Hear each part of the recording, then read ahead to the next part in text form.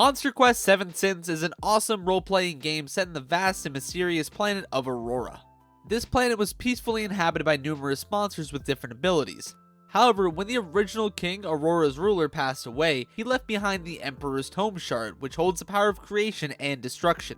Unfortunately, malevolent forces are now on their way to claim the shard, and it is your duty as the chosen one to save the planet of Aurora. You are to collect, train, and evolve your army of monsters now to fulfill your destiny as the savior by installing and playing Monster Quest 7 Sins on your PC with BlueStacks. My name is Dylan J. Fox, and let's get to saving Aurora.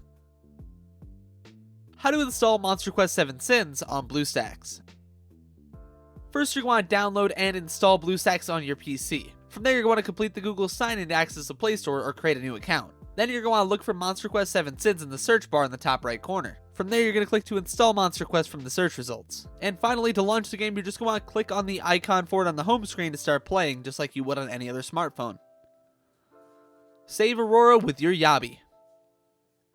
As mentioned previously, Aurora is filled with monsters called Yabi. However, these are not the traditional scary monsters that we're all accustomed to, but are instead benevolent and even adorable creatures. These aforementioned creatures have their individual categories and abilities, and all of them will have a chance to become a companion to your heroic journey. From the start of the game, you'll be able to choose between 3 creatures. Sound familiar at all? And as you journey through the world, you'll be able to encounter more Yabis as you progress through the game, and of course, they can all be captured. I would suggest considering Gira since the game rates it as a low difficulty creature, but it's more focused on its attack abilities, which is really ideal if you're just starting out the game. Furthermore, Gira is borderline adorable, and who wouldn't love him?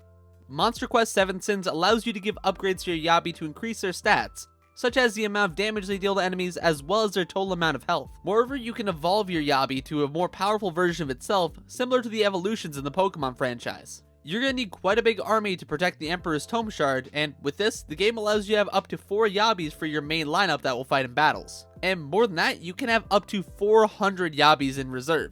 If you want to learn more about Yabis and how to upgrade them properly to build a strong army, you can check out our in-depth guide in the description.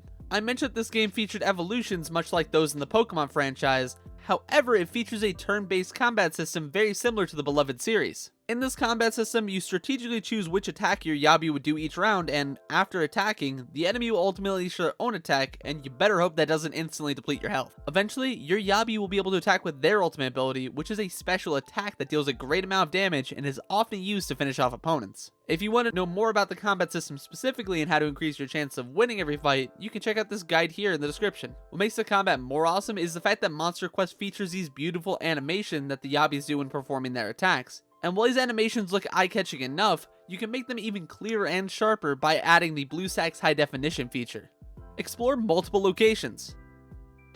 For a mobile game, it's quite impressive that Monster Quest 7 Sins managed to pack a number of areas in for the player to explore.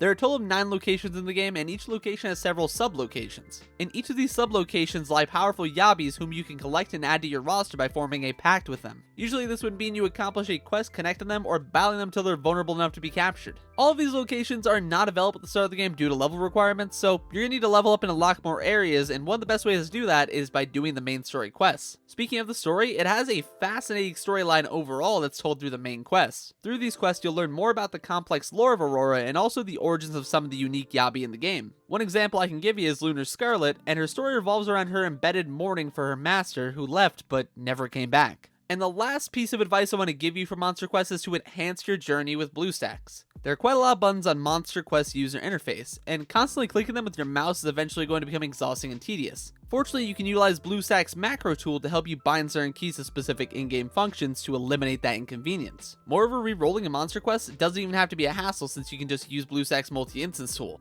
By doing this, you'll be reinstalling and replaying Monster Quest 7 Sins on a new and separate Android engine each time, making it much easier to roll better monsters. Now heroes, the fate of Aurora is in your hands, so stop stalling and install Monster Quest 7 Sins today on BlueStacks. Out of curiosity, do you have a favorite Yabi so far if you've seen this game? Definitely let us know in the comment section down below. And while you're down there, be sure to give us a like and subscribe if you want some more mobile gaming guides. Anyway, my name is Dylan J. Fox, and I hope to see you on Aurora, heroes.